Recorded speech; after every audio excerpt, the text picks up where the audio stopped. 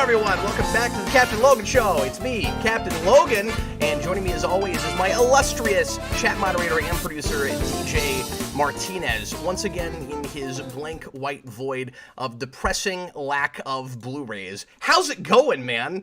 How is the move and such? Oh, well, I'm fighting the depression well. I'm doing the best I can. But yeah, we closed yesterday. And we are moving. We get control of the house tomorrow night at 5, so we're gonna start moving tomorrow night. Congratulations, man! It's really nice that you don't have to do it like real early in the morning. Yeah. I mean, we'll move all day Saturday too, but we're gonna get started tomorrow night. The last time I moved, we had to be out of the house by like 8 or 9 a.m. So it was like a overnight affair because we didn't have a lot of the house like vacuumed and stuff yet, so we had to do a lot of deep cleaning like overnight. It was rough. Yeah. No, it'll be good. It'll be good. We actually have all of Sunday and Saturday. We got 2 days to get out. So, but we're probably gonna be done. We're probably gonna be done. Remember Nightcrawler next to get out. Well, how the heck is everybody? Feels like we just saw you. These twice a week shows are really fun, DJ. But I'm getting really used to it now, and it's like I'm here a lot. Yeah. Getting very used to my butt being in this chair. Yeah, it's been 4+ hours a week for what, month now? 5 weeks we've done this? Oh, and it's been lovely. It's been really fun, yeah. It has been great. I was a little bit worried when we started it that we might burn out too quickly, and so far, I think it's worked out really well on both ends. By the way, excuse the crying baby in the background. Cassandra's been a little bit fussy today, and she and her sister will go down to sleep soon, so you won't hear that here in a little bit. But anyway, we keep it as professional as humanly possible here at Geekvolution headquarters. Hey, a little bit of announcement, house cleaning stuff before we get into today's intro topic, lead-in topic. I only do this twice a week. I don't remember how the show works. What are the terms we use? What's the terminology? Yeah. So tonight we're gonna be doing Geekvolution After Dark right after the program. Brandon's coming over. Austin will be here for it. And if you are not currently a patron, but you want to hang out with us and you want to hear us read some really bad fanfic and also talk about all kinds of interesting topics that we wouldn't usually talk about here on Geekvolution proper on the Captain Logan Show, you know, patreon.com/Geekvolution, and just the $2 tier gets you access to that. I also want to mention that tonight we're going to do a t-shirt giveaway, and t-shirts are on sale right now. You can use the link in the description to go to our TeePublic page. You can get a Captain Logan Show shirt. You can get a Geekvolution shirt with the G logo. You can get a Superhero Rewind Unscripted shirt. Lots of neat DJ Martinez designs there. The After Dark shirt if you're a patron and into that show. Or even if you just like the logo but you have no intention of giving us money apart from a t-shirt, you could even do that. I don't know why you would, but you could. Anyway, t-shirts are on sale for the next 3 days, I think. So once again, back from $22 to $14. They go on sale pretty frequently, and I want to mention each time we do that. But tonight, DJ, we're going to give a t-shirt to the person who either has the most interesting super chat or most interesting question that we answer, actually. It could be a super chat, could be a pre-written thing, or the first question that by itself makes me laugh. If a question itself makes me crack up, not like sometime during the discussion. I just thought of this. Not sometime during the discussion of it or anything, but just I saw a super chat or I saw a question and I'm already on the floor. That person automatically gets a t-shirt. Oh wow. Okay, I'll work on my delivery, guys. So I'll deliver your questions as best I can. Help them out. Really help them out. That's all the news that's fit to print tonight, I suppose. Tomorrow night, for anybody that cares, Austin and I are going to be reviewing a Amazon Prime movie that just dropped a few weeks ago called Samaritan with Sylvester Stallone. It's a superhero movie. I've watched part of it now, and I'm going to finish it after the show late tonight, and then we're going to review that tomorrow. So I won't say anything about it so far. It was not well received by critics, is all I'll say. And I'll also say it watches like a mix of a couple of very unlikely superhero movie pairings to me. That's all I'll say so far. But Austin and I, regardless of content or anything, we're gonna talk about that tomorrow night. I'm not gonna tell you what I think about it yet, but anyway, so that's tomorrow, 10 o'clock Central. Not a commentary or anything, just a review of that movie. I'm gonna be taking the weekend off, taking care of my kids. My wife's gonna be out of town, and sometimes I'll do a random show on a Saturday or Sunday, but this weekend I'm gonna take off completely. And then Monday night is the Superhero Rewind Unscripted for Guardians of the Galaxy 2, and that'll be at 10 o'clock Central. I'm not working this weekend, so hopefully I'll have enough time late Sunday and Monday to get the rest of my preparation done for that. But anyway, tonight we're going to talk about copyright again, kind of a follow-up topic. We've done this before, but we're going to do this in the context of kind of an interesting piece of news that came out today that was real random and unexpected. Something of a slow news day, and actually I was between a couple of topics, and DJ kind of twisted my arm and got me to do this one, and so he and I are going to talk together quite a bit about parody versus copyright infringement. When is a thing crossing that line too much, where it really shouldn't be able to get away with the content it's putting up, claiming that it doesn't have anything to do with the source material, beyond a parody, beyond farce, beyond parody, and when should it be fair use and totally okay. And then broader than that, just when should how much should we allow creators to just build on pre-existing properties regardless of, and I don't mean legally, I just mean like in a perfect world, regardless of copyright law, because to some degree that is how art works. That's how fiction works. How much should we hold people back just to make sure that people who own properties aren't being screwed in a monetary sense. So we're going to talk about all that here in just a little bit. We'll also do Ask Me Anything for the rest of the show, of course. So anything you want to ask us about regarding that topic or anything else tonight within reason. We mostly like, of course, to talk about pop culture stuff on this program. You can leave us a super chat and any dollar amount that guarantees that we'll talk about your topic. And thanks to anybody who has done, ever will do that. You guys are absolutely wonderful. Thanks for making it possible for me to make this my full-time job. You can also leave a question, comment, concern, just an amusing anecdote even in the regular comments, and make sure that you tag DJ Martinez, because DJ is the guy who reads all the questions. So tag him at DJ Martinez, at The Welder, at Pointy Fingers. He will answer to any of the, I guess now he's Pew Pew Fingers even. He'll answer old Pew Pew Fingers, that's me. Any of those things and more. Okay, DJ, let's go ahead and get right into the lead-in topic. Unless you have any important news to share. No, let's do it. Before we get started. I mean, I am having another kid, but I'm just kidding. No, I'm not. Oh, I'm not. no, are you really? No, I'm not. And I'm telling you guys first. I just like to announce things. My parents don't think it's as funny as the chat thinks it. We honestly could just change the name of the show to Stop Announcing Things or Cap and DJ Announce Things. It feels like if there was a spin-off of the Captain Logan show, it would be called Stop Announcing Things. That sounds great, yeah. That is a spin-off. It would essentially be the exact same show, except we spent the whole time trying to get to the lead-in topic, never arrived there, and just told you about things we were going to do, 98% of which never happened. That should have been, I mean, I'm going to ruin it now by mentioning it, but that should be the next April Fool's Day, where we just do an entire Captain Logan show where we just completely make up the news. We're just announcing things. But we just play it straight the whole time. Okay, yeah, that's a good idea. I thought you were going to say where we just announce Geekvolution things. I've kind of done that joke before. Yeah, you did that joke, and people are still mad at you for it, because none of that ever happened. There's too many of those things. The closest we got was Batman 89 Commentary Week. I said 365, we did 7. But yeah, people wanted... I'm not even going to mention the other things people wanted, because they'll start harassing me about it again. All right, are you ready?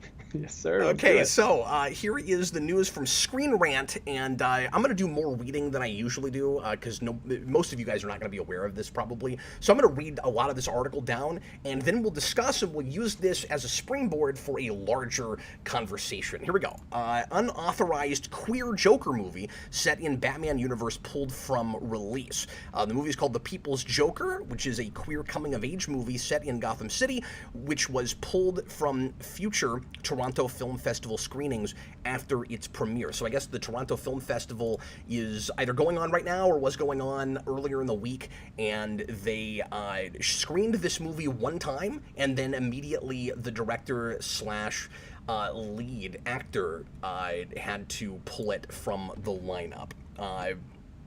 It's been pulled from the Toronto Film Festival. According to the official TIFF synopsis, the film is about an aspiring clown struggling with her gender identity who dreams of being cast in a TV sketch series in Gotham City, pardon me, where comedy has been criminalized. After a failed audition, she teams with another aspiring comedian to form their own comedy troupe that attracts, quote, a rogues gallery of would-be comics.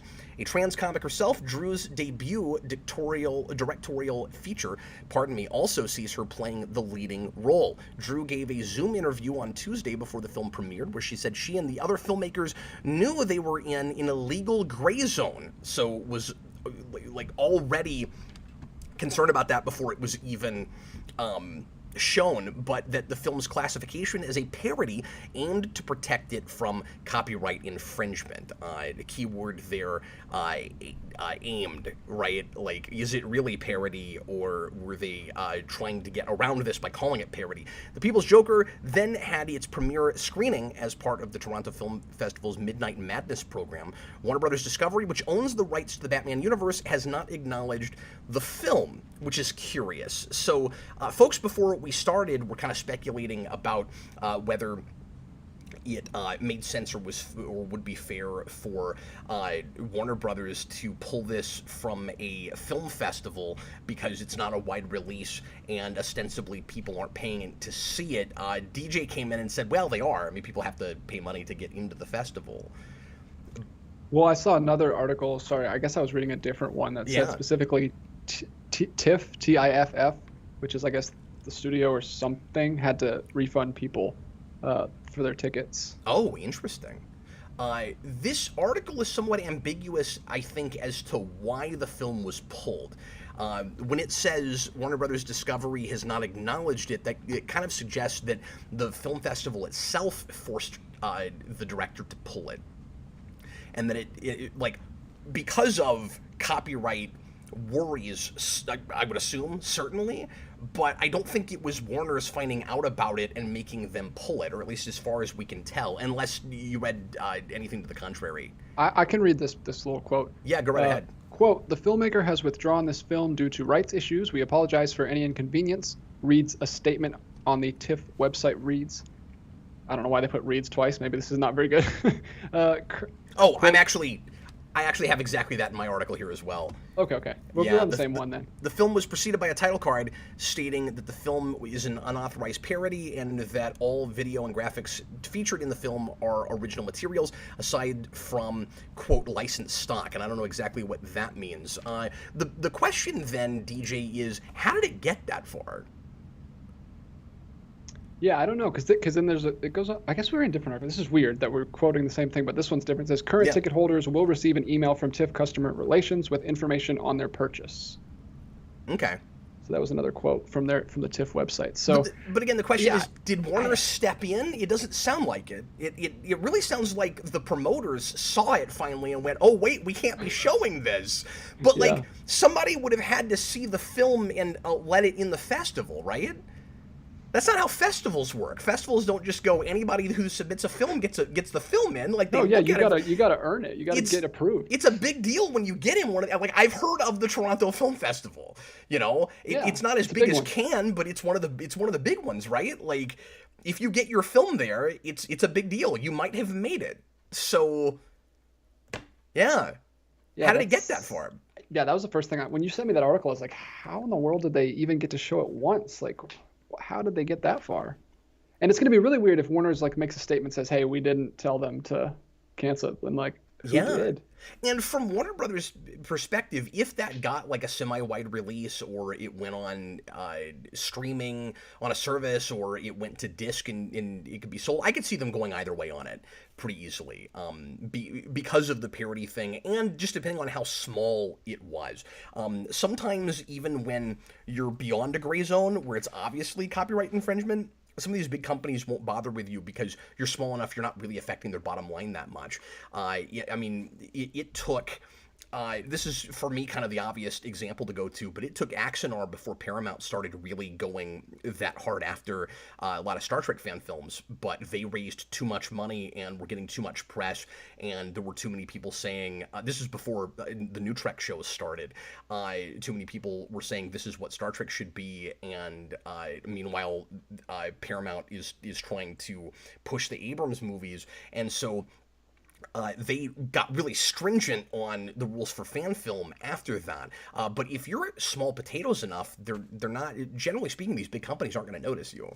Yeah, that makes sense because there's some kind of. Sorry, go ahead. I was just saying, especially if people are saying like this is better than your Star Trek, of course they're gonna shut it down. Yeah, and again, I don't know how much of it was that and how much of it was because they raised too much money and there was allegedly too much of that went in people's pockets as opposed to going for the actual films. There was a real kind of legal question there. But you've also got, to be fair, draconian stuff that goes on with companies like Nintendo, where there will be really small potato stuff that happens where people aren't even making any money off of their licensing, and they post videos of just like video game like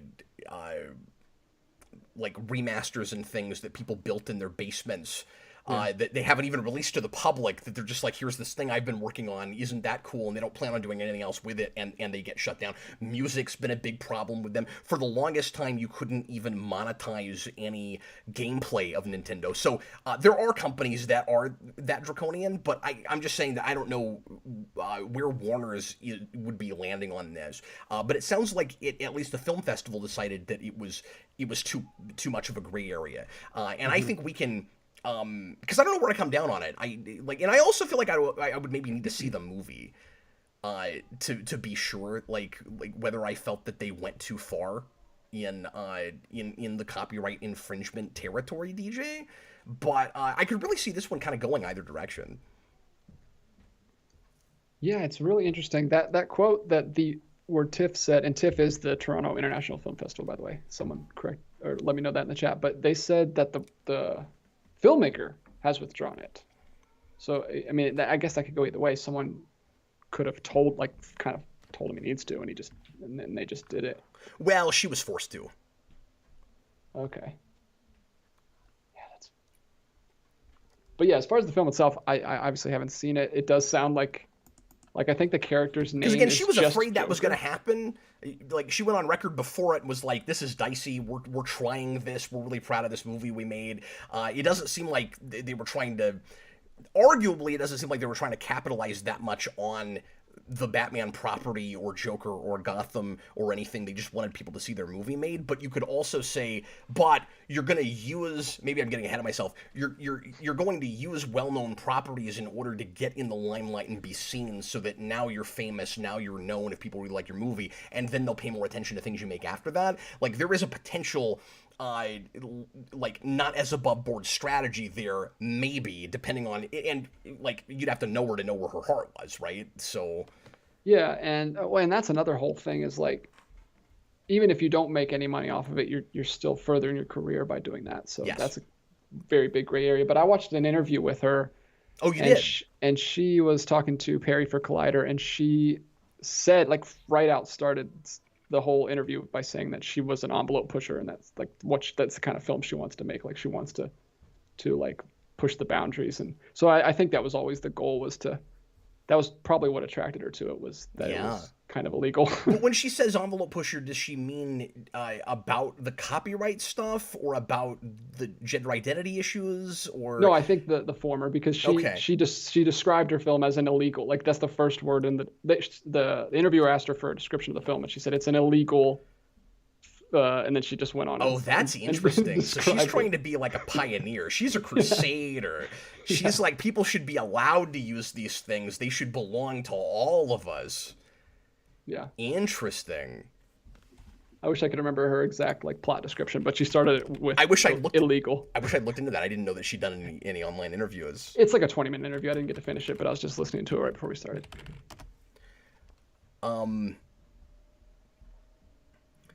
Yeah, she sounds like she's trying to be like Andy Warhol or something. Yeah, wow, that's an interesting poster. I just saw the poster on IMDb. Yeah. So whether this makes any difference or not, apparently a lot of the people that saw it were really impressed with it.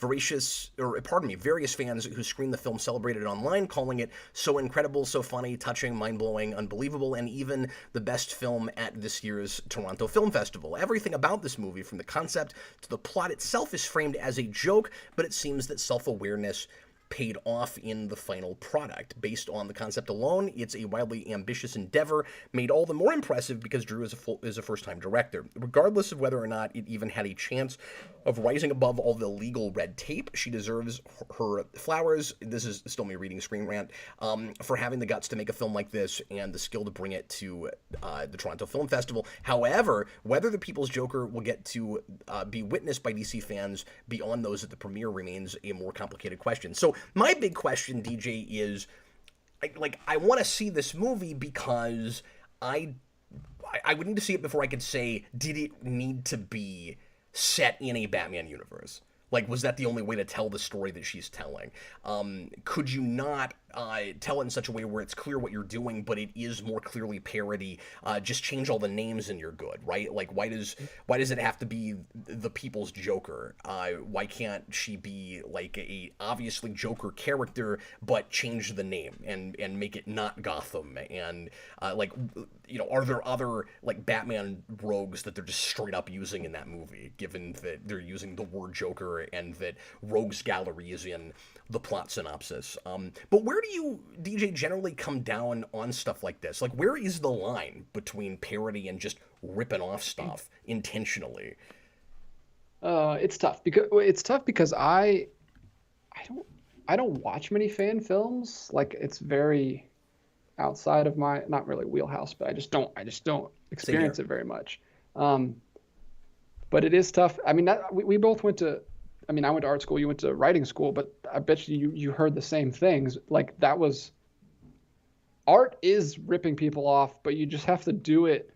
You pull from enough people and make it your own. Like, you can't just take it straight. Like, there's so many design, like there's only so much, I'm a UX designer, and there's only so much interface stuff. Like, you have to steal people's stuff. You pull stuff from Apple, you pull stuff from Google, you pull stuff from everywhere and kind of make it your own and fit it into the interface that you're trying to make.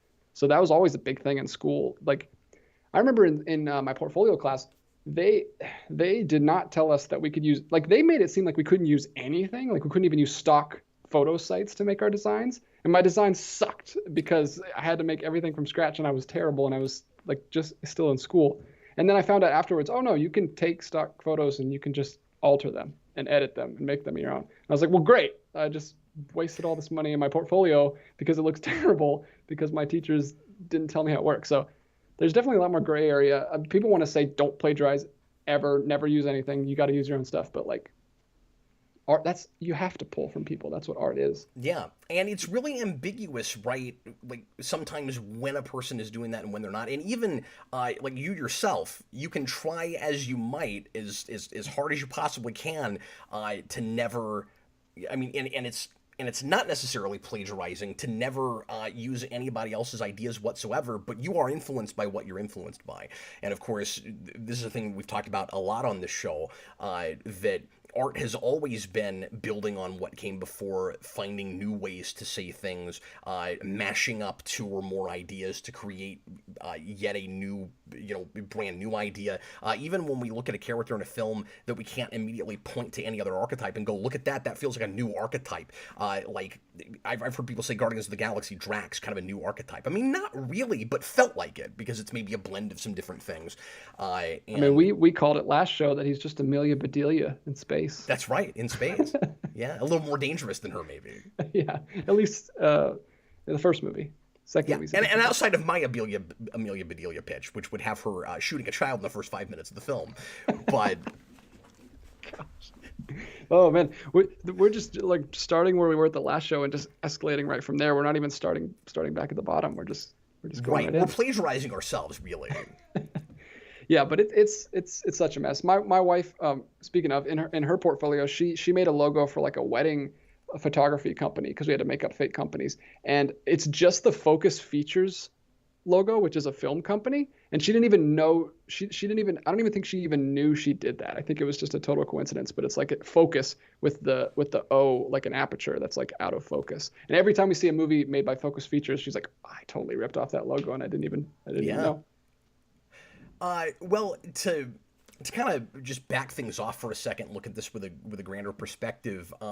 My overall feeling about copyright has always been you follow the rules as best you can because the law is very vague and murky when it comes to when it comes to intellectual property.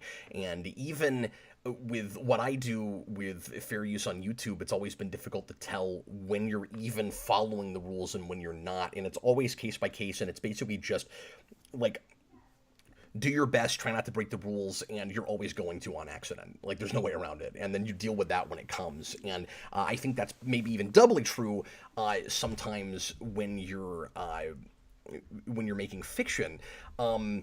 I think people should be allowed to make whatever they want to and be creative in their own way, and it just what really makes a difference is just whether or not you should be allowed to profit off of it monetarily, right? So I get that with the whole Axonar thing, back then when I made a video about that, I remember people would come back and be like, well, Paramount's totally within their rights to shut them down. And I was never arguing that they weren't. I don't think. I mean, that was years ago. I don't remember exactly what I said in that video. But it wasn't so much about like what was legal, what they were allowed to do, so much as just what should. And again, if those people were putting money in their pockets, that's not okay. But if if it was alleged, I don't know what exactly happened.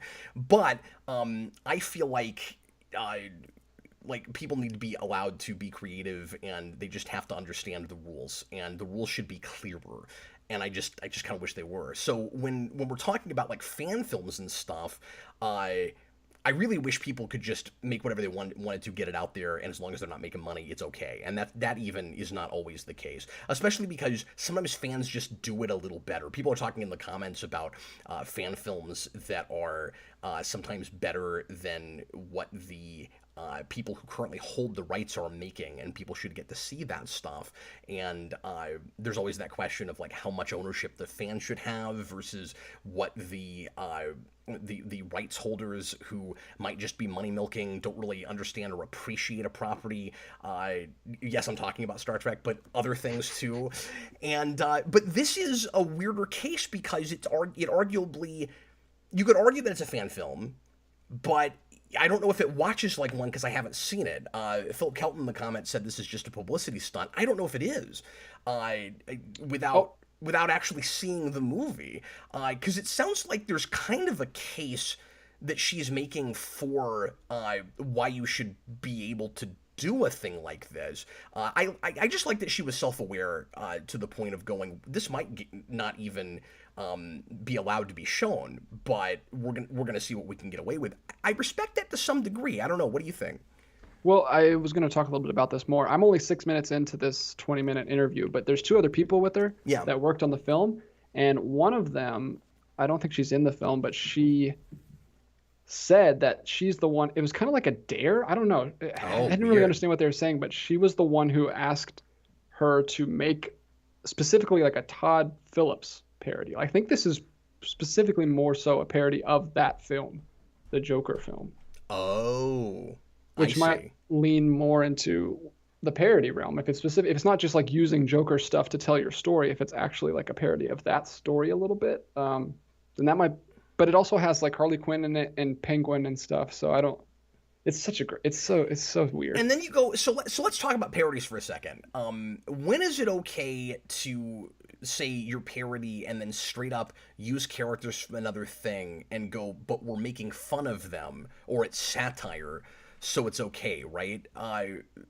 And again, it seems to just be case by case and what people want to sue for, and when they don't bother with it, right? You go back to the old Scary Movie franchise with and then all Yeah, the what's up with spin-offs that? with superhero movie and epic movie and all of those things back in the early to mid 2000s, they would just straight up lift characters and call them whoever they were, but they were like jokey, farcical parody versions of them, so they got away with it. But then when I was growing up, I remember always thinking that parody was only allowed, it seemed, if you like slightly changed everybody's characters' names. So if you go look at Mad Magazine, it was never like if they did and they did if they did a joke comic for Smallville, let's say, it wouldn't be Clark Kent, it'd be like Smark Gent or something, you know, like they always change everybody's name slightly because it's like, look, it's a parody. But then it's like,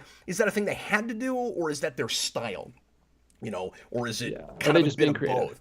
But you go to superhero movie and they've got a Professor Xavier who I think is just called that, and like some of their, you know, their main character's not Spider-Man. It's like if your main guy is a clear parody, but you changed his name and his costume and everything to Dragonfly, then any minor characters, it's totally fine to just be like, you know, and here's Wolverine, and here's, you know, the Fantastic Four and whoever. Like, I don't know what the rules are, DJ. No, I don't think anyone does. That's why it's so hard to, like, you But they said, think like, they do, right? try Because to every follow time we the bring this rules. up, there's always folks that pop in and go, no, this is what it is. And I'm like, I can always get, with respect, I can always find an example that breaks whatever rules you're throwing out and got away with it. Yeah. And that's what's so infuriating about it, is like, it's like you have this problem all the time with copyright on a YouTube channel. Yeah.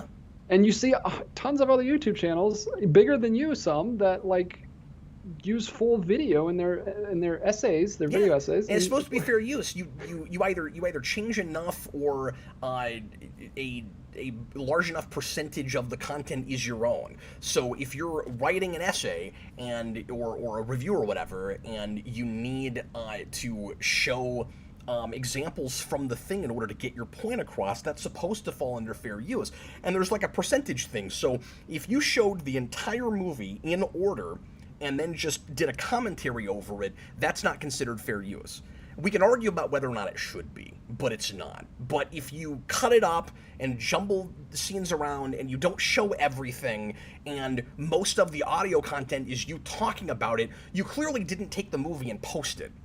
You know, or post like 10, 20, 30 minute, you know, length chunks of a thing and post it. So that's supposed to be fair use. But, and I don't want to use this as a springboard to just talk about YouTube again, but they have relationships with all of these big companies, and it's not about legality at that point. It's about they're trying to make people happy that, you know, really affect their bottom line, is ultimately all that ends up being about. DJ, titles are really crazy. You're not supposed to be able to copyright a title. The titles are not supposed, as far as I understand it, and this is a thing I remember reading about all the way back when I was a kid, that like, and I think people would talk about all the time, like in writing school. Lots of things are gray areas. Don't straight up use a fictitious place in your piece like they're doing with Gotham. Like don't, you know, you can't have in a movie or something a song without paying for the rights to use it. But you're not supposed to be able to copyright a title, and yet people get hit with copyright for using title stuff. So like, that movie is called The People's Joker. That title they should actually be able to get away with, because you're not supposed to be able to copyright a title. But then, if the character is the Joker from Batman, kind of, yeah, is that a title, or is that a character trying to be name? a Joker in a place called Gotham with a Batman rogues gallery that's in the movie, now we have to basically just fight about what parody means. And I think that's a really difficult term to define. Orville is really murky with this, and nuts that they got away with it, and I'm only happy they did, because that show is wonderful. But I always question whether or not that really should have been allowed, right? Orville, yeah, good. If Orville is a parody, how is Thor Ragnarok not a parody? Yeah. Like, well, and I mean, then you know, you have I'm glad you brought that up, because then you have like stuff that generates into self-parody, but they own it, so they already have, they have the rights to make real Thor. They're just not doing that. But I could totally see if someone else had made Thor Ragnarok, I would have been like, oh, yeah, that's parody. I mean, I say you can't copyright a title. I guess registered trademark makes it to where you couldn't put Star Trek in a title because they own the rights to Star Trek. But if you made a thing that was like, if this is what I understand about the title thing. If you say again, you just mean like a title of a work, not like a franchise. Yeah, of a work. Yeah. Okay. Like, if you decided to make your own thing called Star Trek that had nothing whatsoever to do with Star Trek, right? Like, let's say you had this is stupid, but let's say you wrote a movie about a movie star that decides to quit being a movie star and give that up and go hiking up Mount Everest, and you called it Star Trek. It's not Star Trek. But would you be allowed to use that title? Because there are lots of titles of things that are copyrighted or registered trademarked for that property that other things will end up using. I guess I just don't know what the rules are when it comes to them. Yeah. Because I assume you can make another movie called Inception. Like, there's tons of movies called what other movies are called. But Star Trek, I guess it's different when it's like a property, a big major franchise. Yeah, like Shazam can't be called Captain Marvel anymore. Mm-hmm. There's like a court case about that, and it's never allowed to be called that again. Like if you wanted to make a movie about an exterminator called Batman, and then you do that? And then you've got other parody questions like this, DJ. So I was talking about the Orville and how that starts as it's very clearly Star Trek with all the names of everything changed, and then it's satire. It's making fun of a lot of tropes in Star Trek while simultaneously telling Star Trek stories, and a lot of them really good Star Trek stories. Eventually, it just evolves into Star Trek. It stops doing the parody thing almost entirely by season 3. Occasionally it will do that, and then, like, I questioned this when I reviewed the 3rd season last week, and I said, I wonder if at this point the basic tenets, the basic ideas of Star Trek shouldn't just be a subgenre of science fiction where anybody can make a story about a utopia with a federation of planets that's just not called that has a prime directive. This is kind of archetypal now before it feels like a story idea. You know what I mean? Like, that's a good point. How many Groundhog's Day have we made? Yeah. That just rip off that plot. So and that's okay.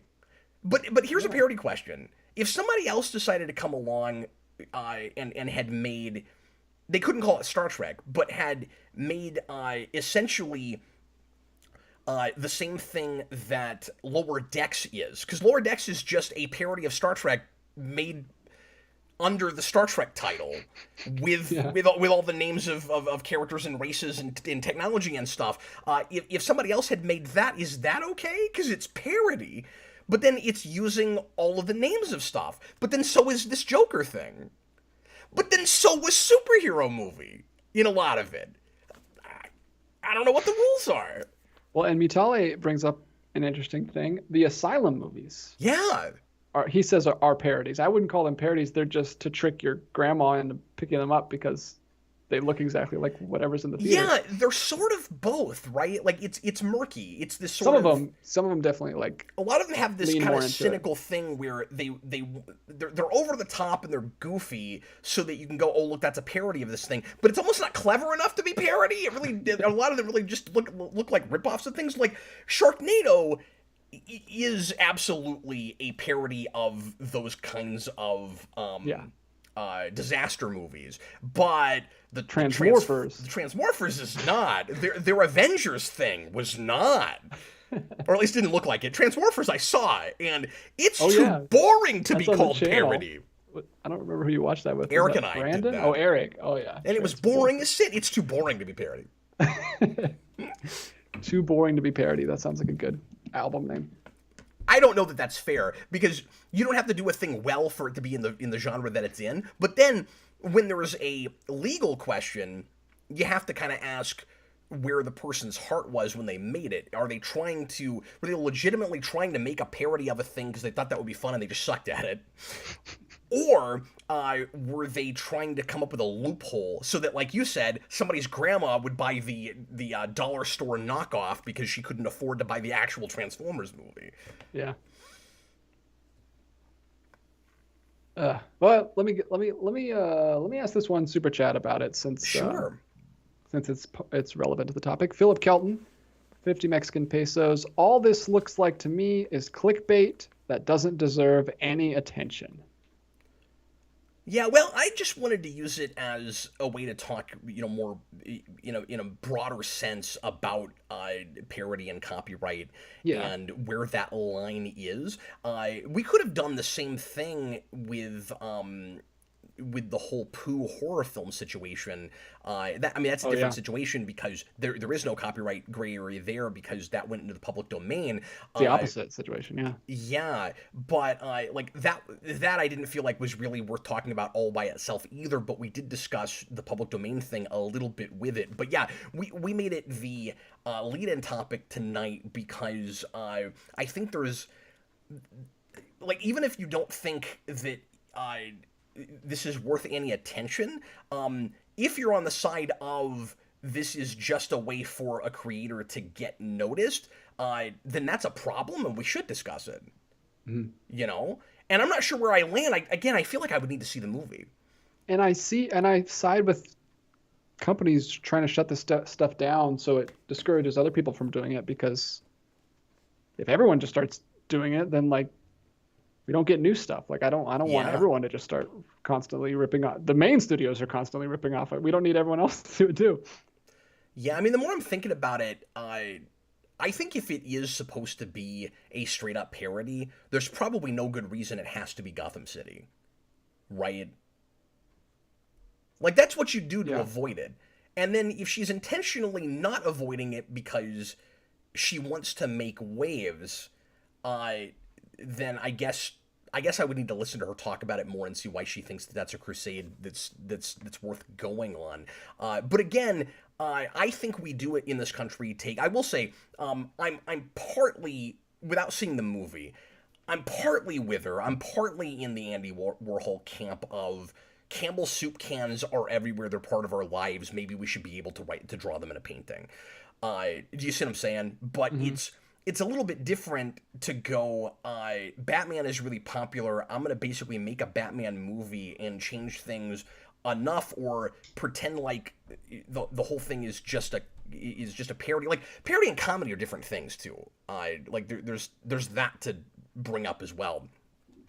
I'm looking at the poster and I found it literally in the poster. The subtitle is "An Illegal Queer Coming of Age Comic Book Movie by Vera Drew." Yeah, illegal. So she knew she was going for it. And as far as the parody thing, in the poster also, there's a little kid dressed up as Suicide Squad. So you can show it? Suicide Squad Joker. Yeah, I can send it to you. But it's literally Suicide Squad Joker, or you can just go to IMDb if you want. So I feel like you could... This is not really letting me copy it. I don't want to rewrite a thing I've not seen, and I don't want to rewrite movies anyway. But I feel like you could do a air quote parody thing, making fun of Suicide Squad and New Joker and all of that stuff in like a real world context. Where you make it about like cosplayers and stuff. But even then, I don't know how much of that you can get away with. Like sometimes, yeah,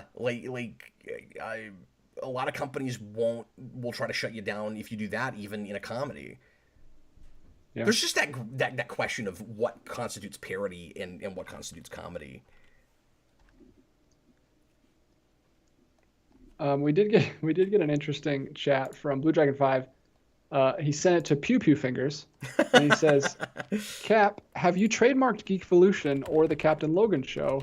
After this week's She-Hulk, you might want to."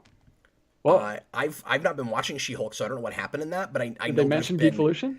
No, I know there's been a lot of stuff about copyright in that show. I can't remember what exactly it is. Austin or somebody told me about a whole. I'm I'm trying to remember what exactly it is. I'm hesitating. I think there's a lawsuit that happens in that show. Oh, I know what it is. Where somebody spoils The Sopranos for people. Oh. And they take it to court or something. But then the show itself is spoiling The Sopranos, so people got pissed off about it that hadn't had a chance to go through that show yet. Oh yeah, that's weird. Don't watch it, Connor. You never finished that show. Good grief. Yeah, I'm so behind. I haven't started She-Hulk yet at all. Yeah, this is pretty blatant copyright infringement.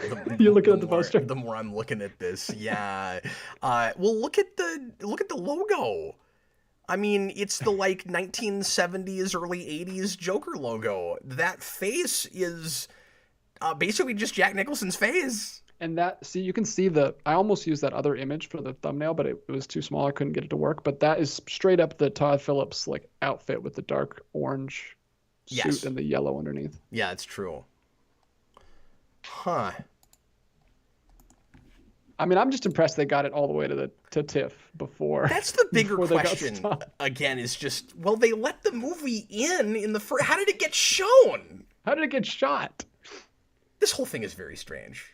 That's weird. But yeah, I maybe was giving that whole thing too much of the benefit of the doubt and being too much on the side of independent creators at the beginning before I saw that poster, because I saw it described as an illegal parody, but I didn't realize the posters were saying it.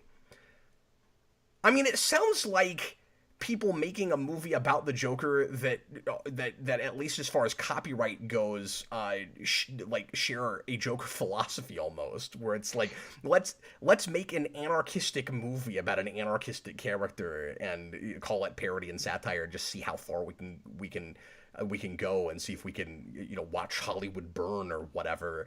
But I'm conflicted because there's a certain amount of that I can't help but sympathize with. Because again, I started to say this earlier, I just think that we did, like, if I make a thing, like if I write a book or if I got a movie made or something, I wouldn't want people to be able to wholesale rip it off. I also know that nobody would care and that would never happen with anything I would make.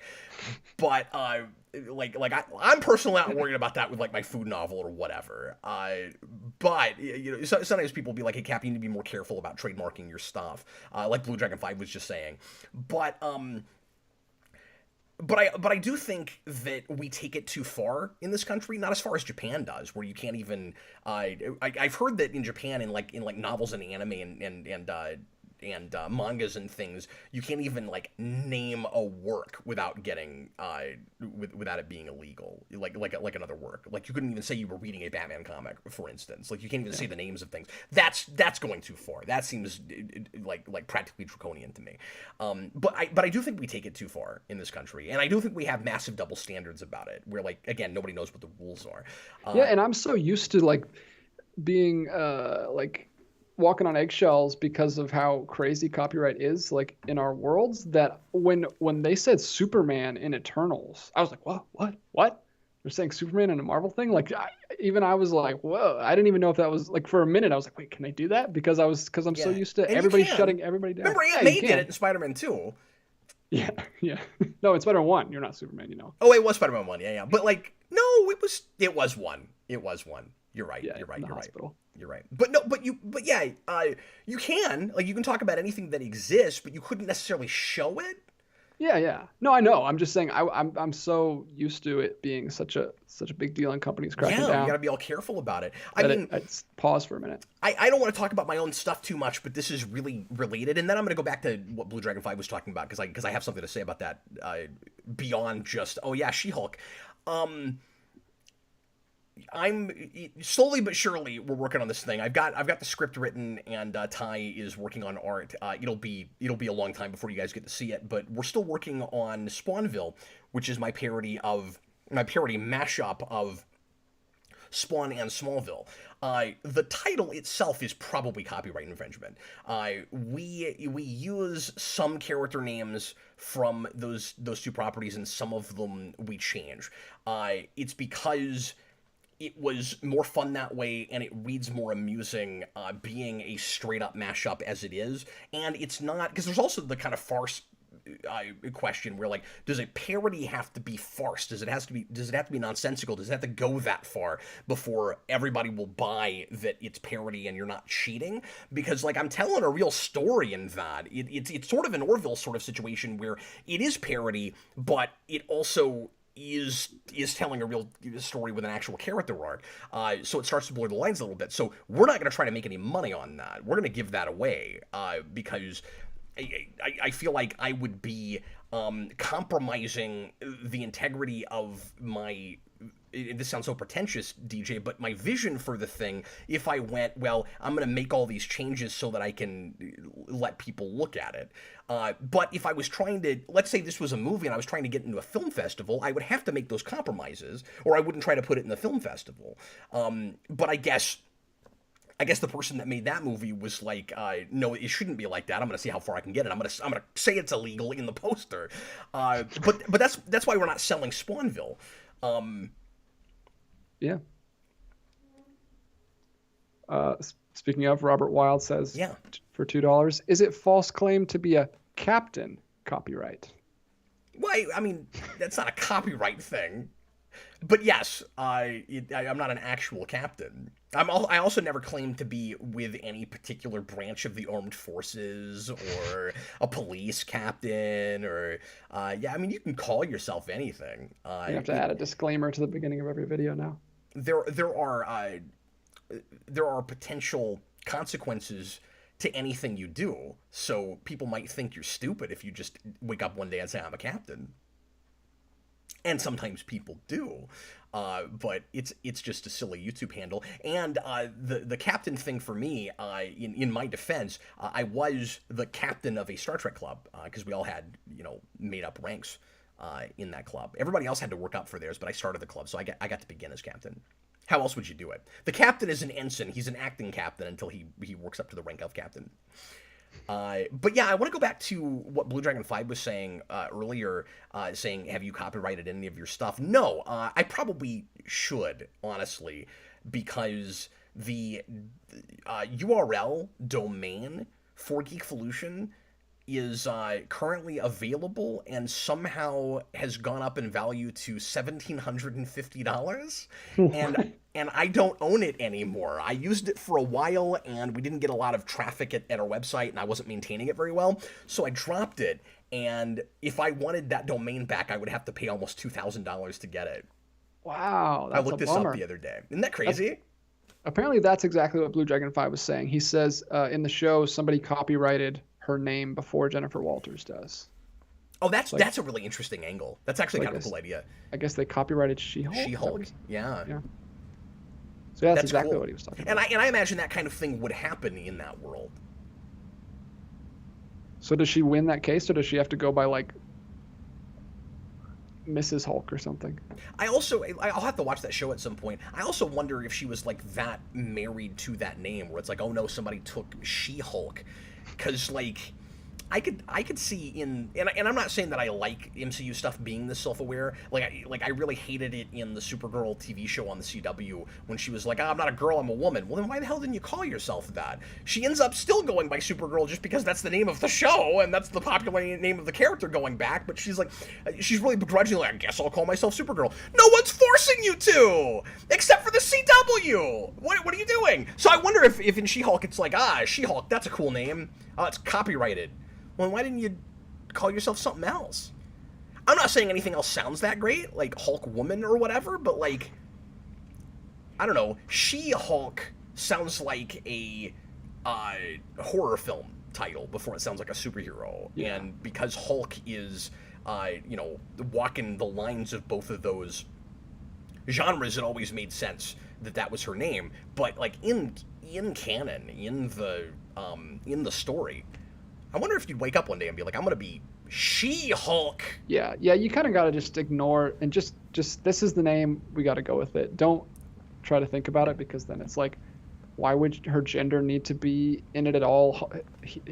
Hulk, his gender is not in Hulk. Like, Hulk is just a thing. Like, why would she not just pick another name? Like, that's true. So you just got to kind of like just say, well, that's what it's called in the comics. She could be the Bulk. The Bulk. But she's leaner than he is. Oh, that's a good point. That's a good point. No, she's not the Mike. She's kind of the obvious. She's muscular, so she wouldn't even be. She doesn't even have to be the something Hulk. She could just be some like. I don't know what else you'd use. Like muscle should be in there somewhere. Like.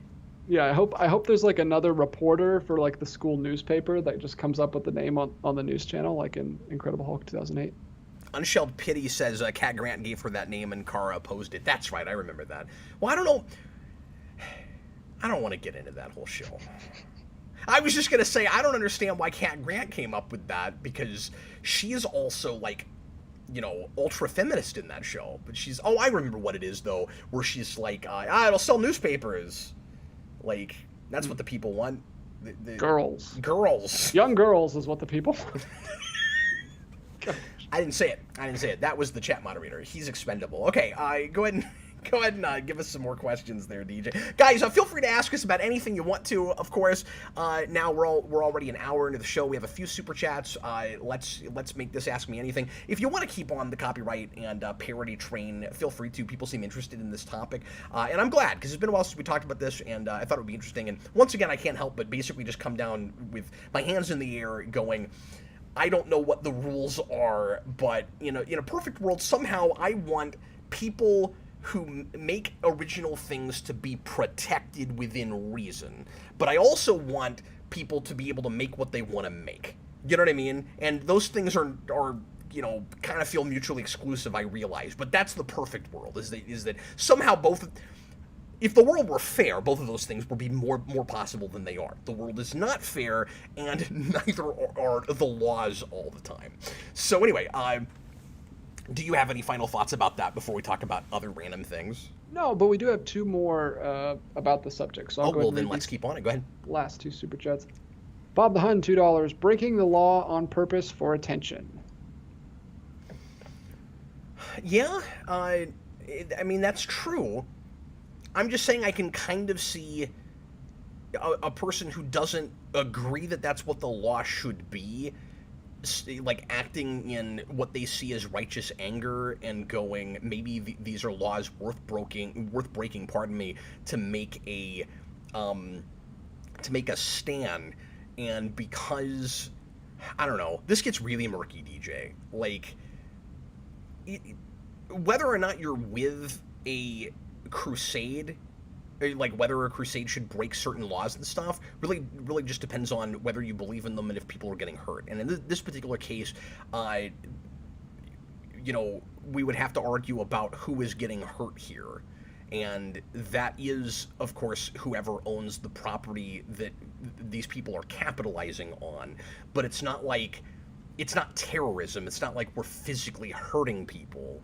But so it becomes really murky, because I think we can all point to points in history maybe where somebody thought a law was unfair that we think is unfair, that the only way to push against it is to disobey that law. And I'm not saying this is anything like, of course, in the same category as laws people felt the need to break during the civil rights movement, but that's the first thing that comes to mind, where it's like, yeah, sit-ins, and I'm not gonna sit at the back of the bus, even though that's currently kind of the law, whatever.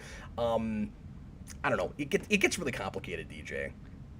Have you ever seen a 1971 film called The Point, animated film? I have not.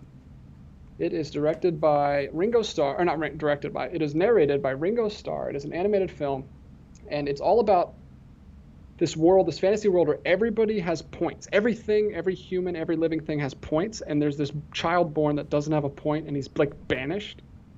And there's this conversation between the boy's mother and father, and the mother's like, what are we doing? And the father's like, it's the law, and she says, it's a bad law.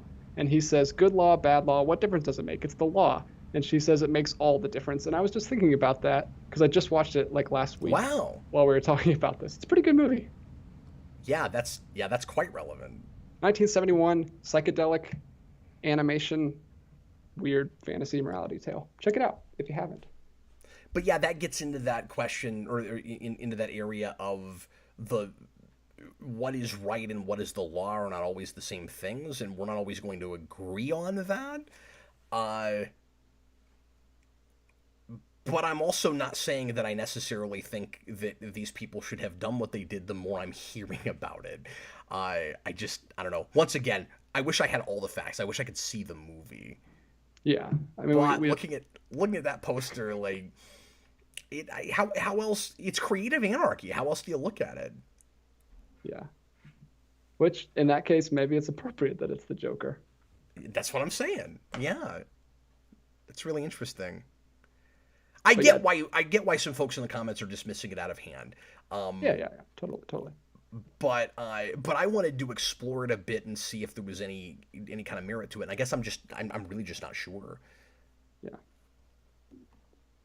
Obviously, like, throughout history, there have been people that, like, have rebelled against laws because they were bad laws, but this is not as important as those. This is just a movie. Like, it's not like being able to make a Batman movie is not like a super important thing worth dying for, I don't think. Yeah. No, I agree with that. But again, I can't help but think about Andy Warhol, who also did this sort of stuff where it's not just like, should I be allowed to make a Batman movie? For him, it was, shouldn't I be allowed to use things that are in my everyday life? And that argument could be made for a thing like this. But what's weird is... what's more ubiquitous than superhero movies right now? Yeah. But what's weird is when you call it illegal, and simultaneously I can't help but feel like you're kind of looking for a loophole when you call it parody, because it doesn't sound like straight up parody. Like, the person that wrote the article, and I couldn't tell if that person had seen the movie or not, was talking about it like everything in it is a joke. That's not the same thing as parody, though. Do you see what I'm saying?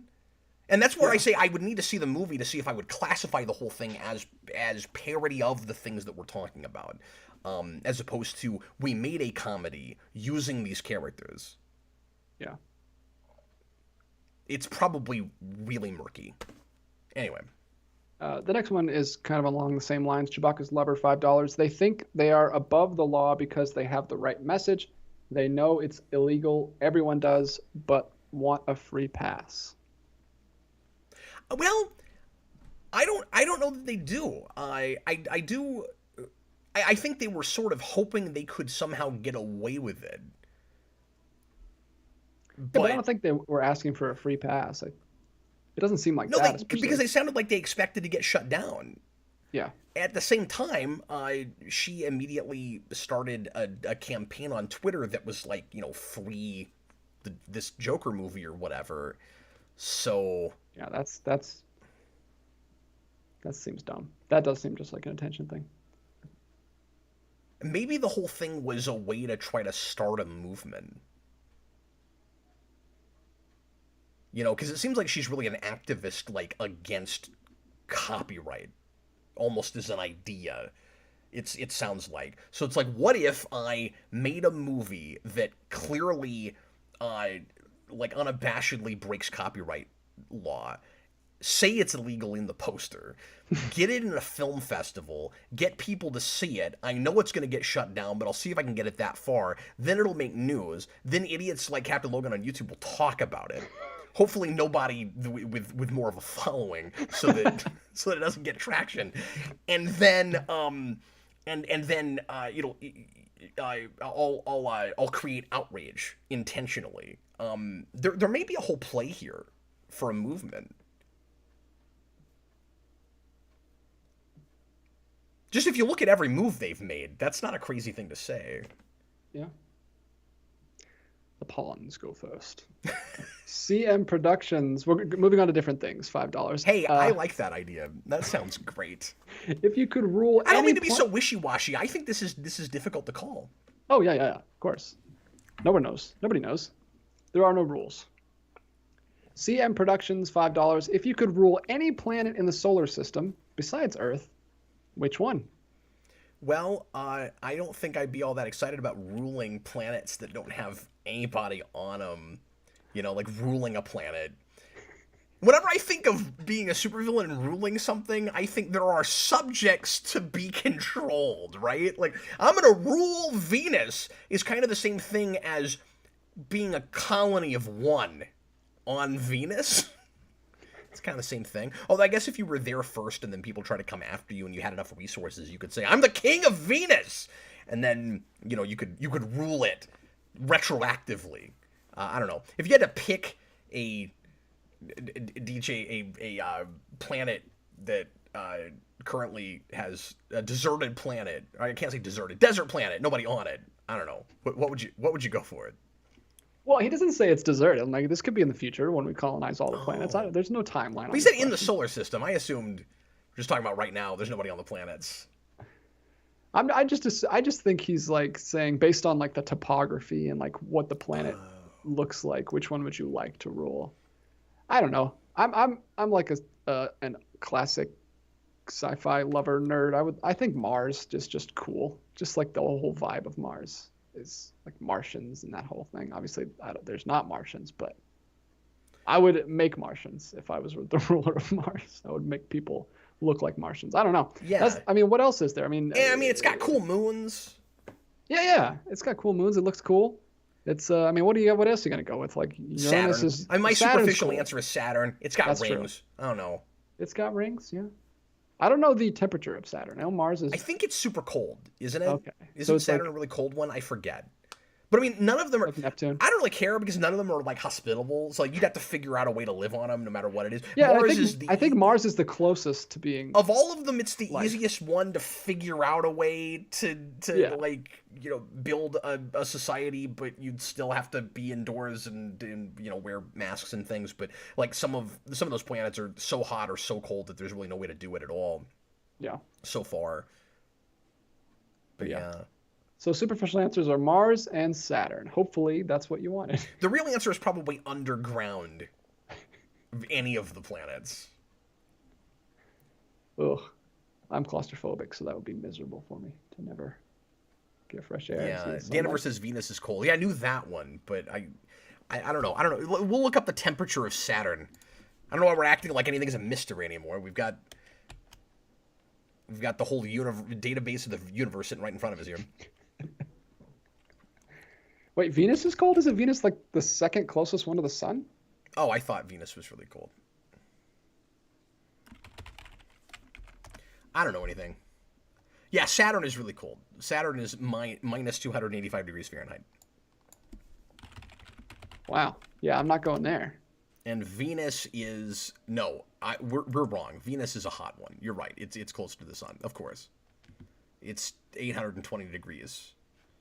Oh. I'm just always assuming that people in the comments know more than I do about everything.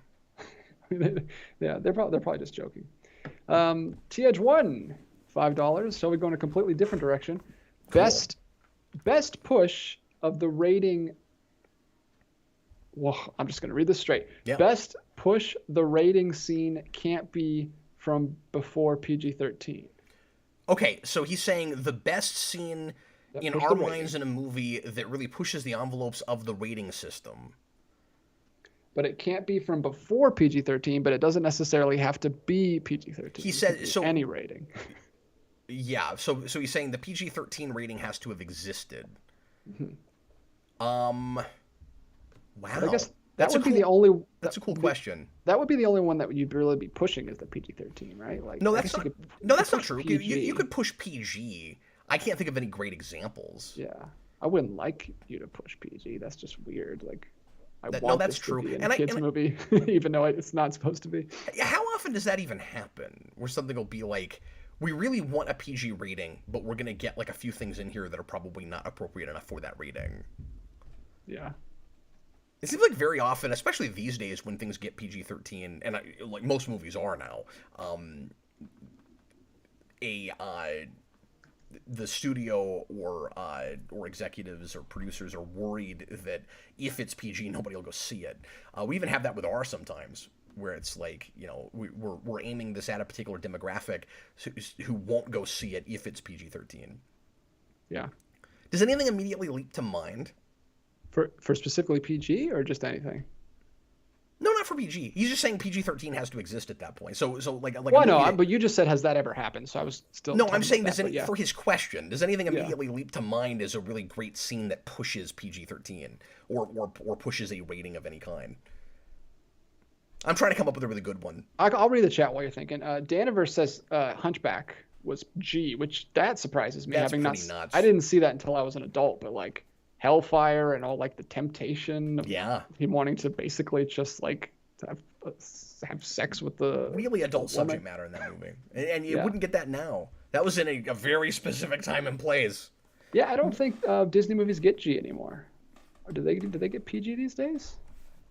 I know Pixar does. I think so. It's also hard to find ratings these days. Like sites don't put that in an easy place.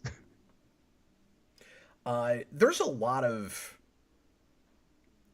movies that get PG-13 that I'm surprised were able to get away with that and didn't quite get to R. I'm a little stumped at the moment. I'm trying to come up with a really good example.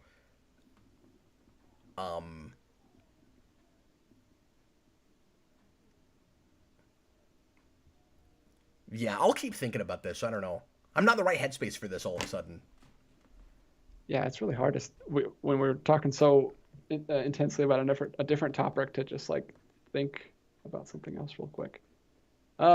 More stuff in the chat. Chewbacca's Lover says people felt that way about Shrek, that it should be PG-13. Wow, I didn't know that, if that's true. Yeah, it's weird everybody's going to animated movies. But yeah, I'm not sure, unless I'm reading the question wrong. I don't know why we're working so hard on G and PG right now, when I think the easier thing to do is PG-13 movies that should have gotten Rs. Like, I don't know. I had that with First Class. You've got you've got the coin going through Shaw's head, and they got a PG-13 and not an R. Like they were pushing that envelope, absolutely. Yeah, that's interesting. You always bring that up, and that never did anything for me. Maybe just because it didn't look good, or it didn't. It might have if you were 9. Well, yeah, sure, but I mean, I feel much more. I felt much more like I was watching something I wasn't supposed to when I watched X2 than First Class. Obviously, I was a little bit younger, but yeah, still, even when I go back to X2, I'm like, whoa, this is dark. This is weird. This feels like an R-rated movie. That I think they're comparable in that way, but you're right. Like that fight with Deathstrike. Yeah, the fight with Deathstrike, the scene where like the hook, she poses as a hooker and like ties him up and strips him down in the bathroom and like forces the pill in his mouth or whatever she does. Like that scene always made me uncomfortable. Yeah. But that's the first thing. At least it's definitely X-Men that for superheroes. For superheroes, it's definitely X-Men that pushes. I don't think there's any Marvel movies that have really pushed it. Winter Soldier maybe a little bit. Yeah. And people felt that way about Multiverse of Madness. Oh yeah, I've heard that. I have heard that that's pretty. I think it pushes it a little bit toward the end, but overall, I don't think it goes. My brother, who has probably never seen a horror movie in his life, said that Multiverse of Madness was terrifying. Yeah. Well, what else are people talking about? He was not prepared for it. We've got one more from. Well, we got a couple more, but this one is from What Is Super Chat, and he says, "How does money work?" He's been doing one of these each show. Just a big. I think it was "What's the Meaning of Life?" and then "How does something else work?" last show. Work was last week. Yeah. He's basically trying to turn the Captain Logan show into Forky Asks a Question. Hey, I'm down with that. That sounds great. Forky asks a question. Cappy asks a question. I don't know. My favorite in the intro. You ever watch that? The intros for that show. There's always this. You always hear his voice asking a bunch of questions, and they're almost all the same, except every show will change one of them. And my favorite is when just out of nowhere he goes, "What's a book?" How does money work? And there's an episode about time and about money. So now I'm gonna have a hard time not just saying, "Go watch Forky Ask a Question."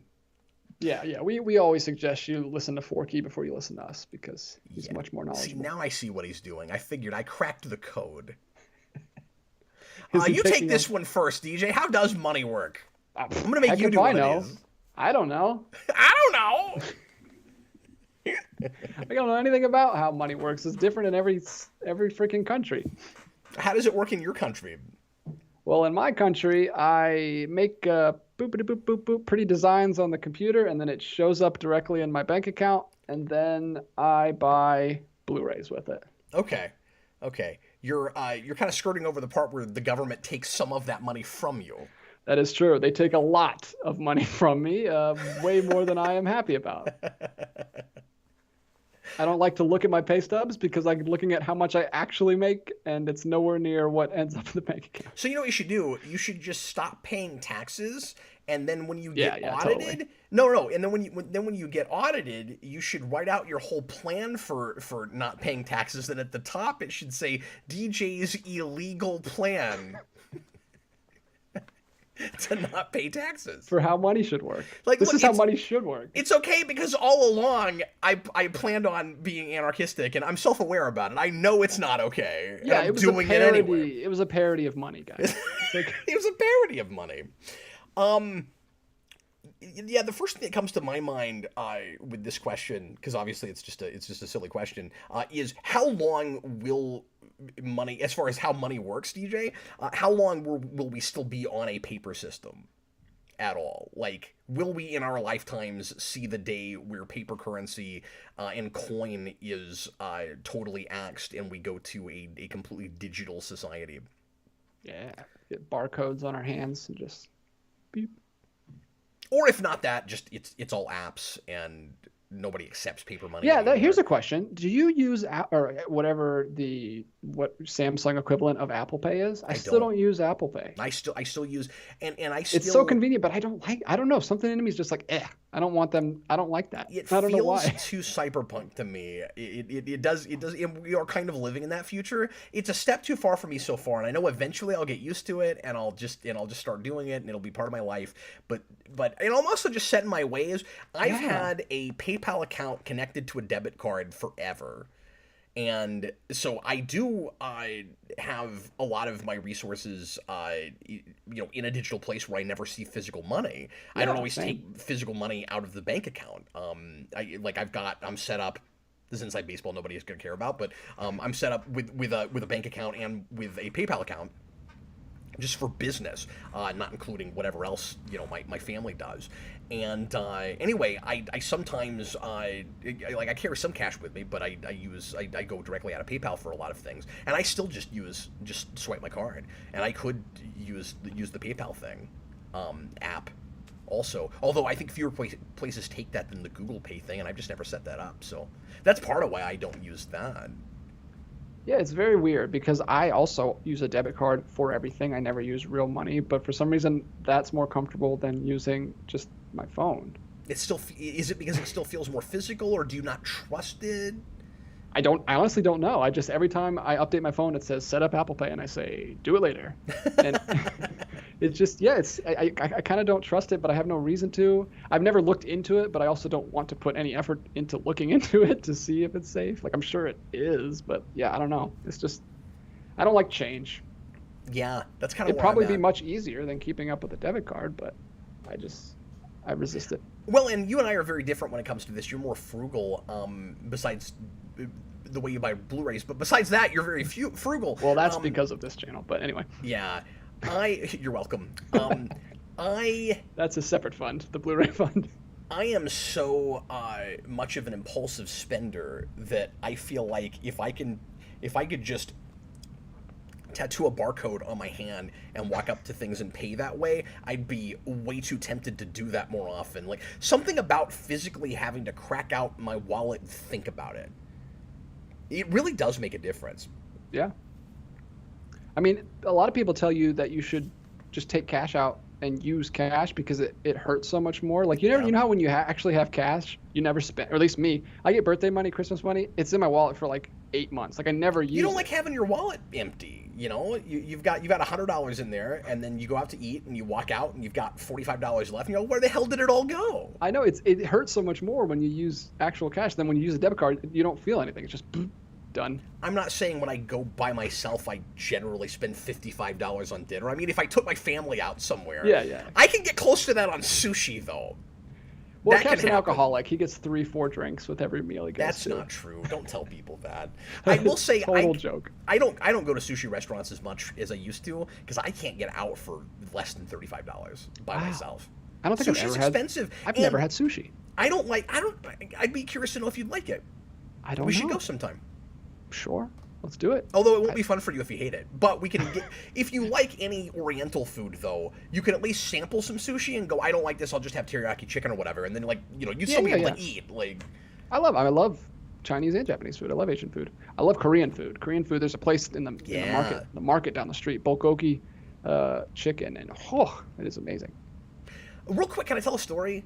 The world... I really am asking you if you're okay with me telling you a story. Of course, I love stories. I'll sit down, I'll get comfy. Would you tell me a story? So here's Story Hour that we used to do on After Dark. Maybe it'll make a return. It might. Although I'm telling all my stories here. So there's apparently this phenomenon happening with younger people. Maybe many phenomena happening with younger people that I'm not privy to because I'm getting older and I'm getting more out of touch with stuff. And we all live in bubbles and echo chambers to some degree, as much as we try not to. And apparently there's this whole push happening with people maybe in their 20s, maybe even younger than their 20s, to go more paperless to a point where it's almost like taboo to use paper money. And I didn't realize this was happening, but I had this encounter with somebody over a counter at a gas station who recognized me and who I have gone to several times at this gas station that I frequent. And he's always been nice before. And then he made a joke at my expense that I didn't think was funny, and I had a not great encounter with him because I just looked at him and I was like, I didn't say anything, but I was thinking, like, he could tell my face. I'm like, what you just did is super unprofessional, and I don't think you should talk to your customers like that. I hand him, I'm buying whatever I'm buying, right? I'm getting like a snack and a drink or something, and I hand him a $10 bill, and he looks at me. And he goes, and I get that he's joking, but I didn't understand it because I didn't know this was a thing. He just goes, "Ooh, gross, you're paying me with cash?"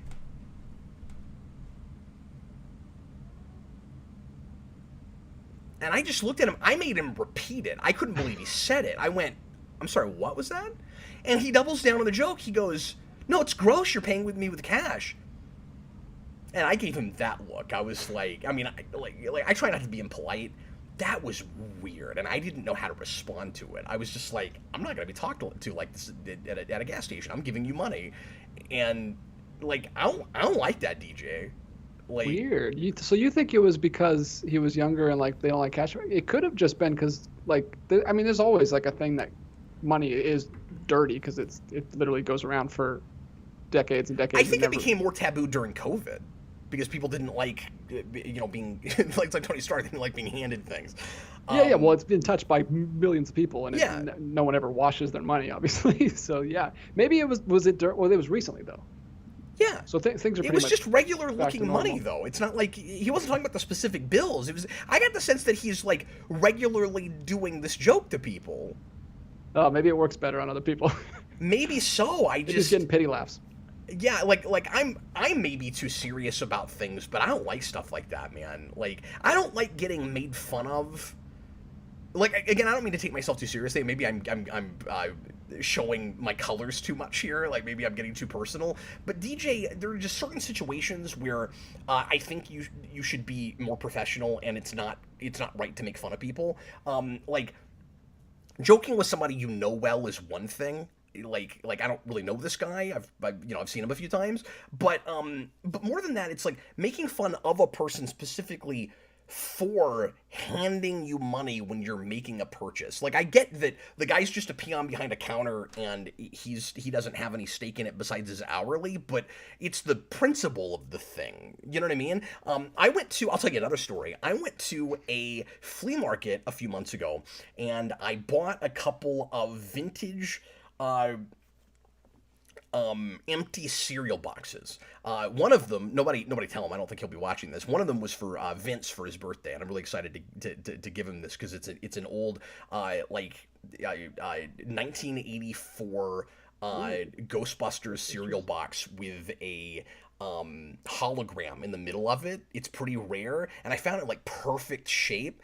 And I immediately called his wife and I was like, "Does he have this?" And Elena was like, "No, you really should get that." So I did, and I paid like $25 for it because it's rare and it's in really great shape. And I also bought a couple for me. I got a Batman Returns one and a Batman and Robin one. The older lady at the counter made fun of me for buying old cereal boxes. I didn't like that. Oh yeah, that's. I was like, I'm giving you money for a thing and it's in your store. Don't make fun of me. Like. Yeah. Am I wrong? No, I didn't like that. That one I didn't say anything to her. I didn't like that. She's like, really? You're paying this much for this? I'm like, get out. You're in an antique store. You're in an antique store. Yeah, exactly. There's all kinds of crap in here you can't possibly understand why anybody would buy. Me too. But you're selling it. I don't like that. Yeah, I definitely have a much bigger problem with that one. That is that's just rude. Yeah, she was pretty rude. Like I didn't do this, and I wouldn't have, partly because I wanted the stuff, and I was buying other stuff too. Like I was spending a little bit of money with them, and there was a part of me that wanted to leave everything on the counter and leave after that. Like I didn't like that. But that's not even like, forget antiques. Like I'm sure that woman buys a ton of stuff in her life that I would think is stupid to buy. Everyone buys what they want to buy with their own money. Like, yeah, I think it's stupid to buy coffee, but millions of people buy coffee every morning. Like. That's weird. Yeah, she's annoying. Robert Wild says, "Wow, I was gone for an hour, and I feel like I dropped in a completely different stream." Well, it is the Captain Logan show. Like you never know it's potpourri, man. You never know what questions are gonna come up. Yeah. We got 2 more super chats from Chewbacca's Lover. Real quick, somebody said, I'm so with Mutale on this. Sorry, what were you gonna say? No, go ahead. I'm so with Mutale on this. He says, I kind of hate that when I go rewatch a movie.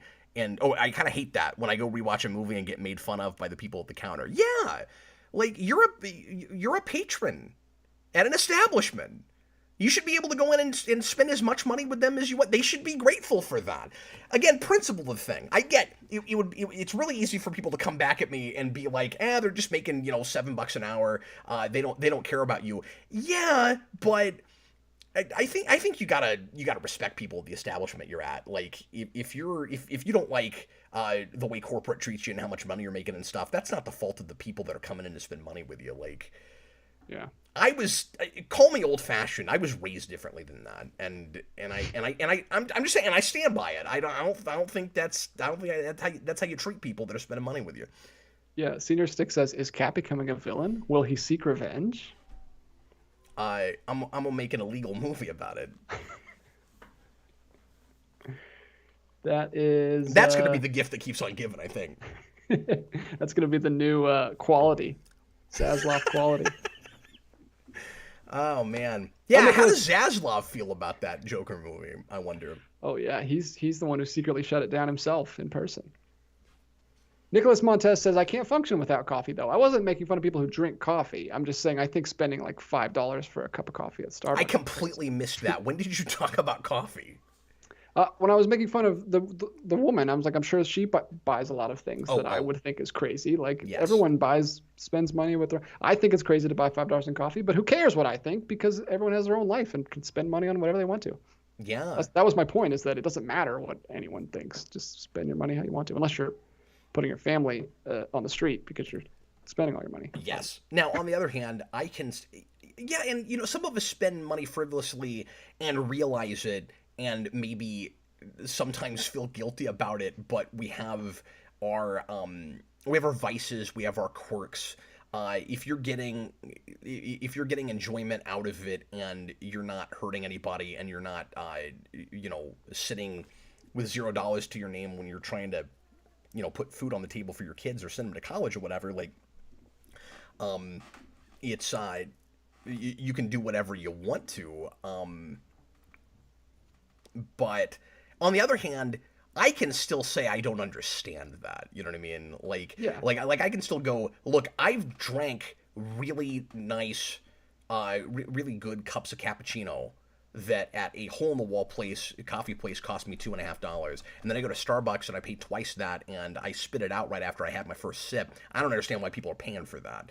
I don't get that. But people have their tastes. People get set in their ways. People get into habits, and some people maybe even are just ignorant of what else is out there because they've been drinking what they've been drinking for so long, right? Like, there's also that. But there's a difference between me saying that at large, broadly. If you go to Starbucks and spend a lot of money there, I can't stand that coffee. It's made me sick before. I don't understand why you do. Same thing with like Applebee's. Anybody that goes to Applebee's, I don't understand that. I've been laid up for 2 days straight every time I've ever eaten there. But like they might as well just rename that place to MSGB's. But it's different than if I worked at Starbucks and I turned my nose up at people when I handed them their coffee and went, I don't know why you shop here. That'd be amazing. Wow, they're paying you to make this. Yeah. Thomas Lowe says, what is the specific joke the antique shop counter said to you? I don't remember. She was just making fun of me for buying empty boxes. It's like there's not even cereal in here. It wasn't a joke. It was just she was just like kind of turning her nose up at it, and she's like wow, like I don't know why you're buying this. Or I think she said something like I'm trying to remember. I think she said something like there's no way I would spend that. I know what this is. What it was. This is what you got me now. This is what it was. She goes I would now I'm mad again. She goes I would never spend that much money on an empty box of cereal. And then she's like looking around for her coworkers to see who she can get to laugh at me. Wow. Good grief. This moment is being crystallized for me again. Yeah. And I'm like, well, like, who cares what you would spend your money on? You don't understand what this is. Jeez, man, there's some mean people in your city. I don't think I've ever had that happen. This was in Branson, Missouri, a place that I've been, and at an antique shop that every time I'm in town there, I go there, and I usually spend a little bit of money with them because they have some really good pop culture stuff in there. But it's like, it's a 35-year-old box that had cereal in it. It's an old collector's item, like, and it doesn't even matter if you understand why a person would want that, or that you would not spend that. Like, she just thought it was funny. Like, oh, look, it's an empty box of cereal. Like, you don't make fun of a person for spending money in your store. That's the bottom line. That's what I'm getting at. Yeah, that's ridiculous.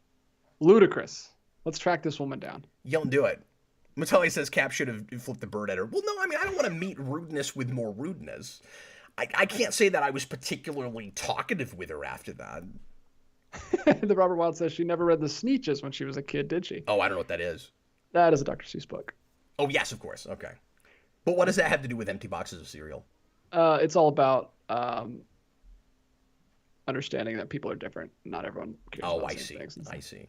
Is that a context for getting that was a Dr. Seuss thing? It really sounded like a book about people that get killed by the mob. The Sneetches, but it's like a very strong accent on the person who's narrating it. And you can't Sneetches get Steeches. And you can't tell me what kind of accent it is either. It's a Dr. Seuss accent. Oh, okay. All right. Well, Bob the Hun, $2 super chat. Cap, your story was good, but needs a sex scene. Okay, I'll try to work that in there next time. Yeah. Boy, you don't know what happened after she said that. Whew, it was. Stay tuned after dark. Hot and heavy. Well, I think he was talking about the first story. I think he wrote that before I got to the antique store story. Oh no! Oh, interesting. Maybe so. Well, because the first story was he probably wouldn't have written that if there had been an elderly woman involved in the first story. Why not? That's great. Let us know, Bob the Hun. Which story were you talking about? Were you talking about the young guy behind the gas station counter, or the old woman behind the antique store counter? We need a Robert Wild said, "Who told Cap about my live-action Sneetches movie pitch?" What is that reminding me of? The Sneetches. That's reminding me of something. Anyway. Oh, I know what it is. It's reminding me of Dexter's Laboratory.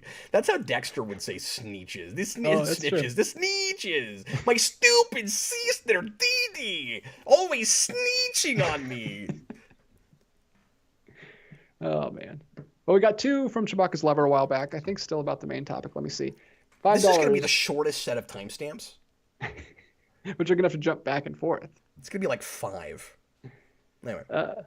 Chewbacca's lover, you don't have the right to use characters that aren't yours. I honestly don't get why it's even controversial. Would she be as generous if someone did this with characters she created?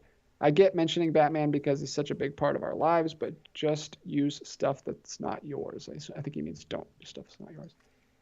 Yeah, the argument is, and whether you think this is ridiculous or not, again, it's kind of that Andy Warhol thing. The argument is the popularity of the thing, and whether if a thing gets well known enough and becomes enough of our everyday lives, it should be owned as much by the people who watch it as the people who make it. Now, I don't go anything like that far, and I think there is too much of an entitlement sometimes from fans feeling like they should have so much ownership, air quotes, of the characters that they're fans of, that they should be able to tell a studio exactly what the movie should be.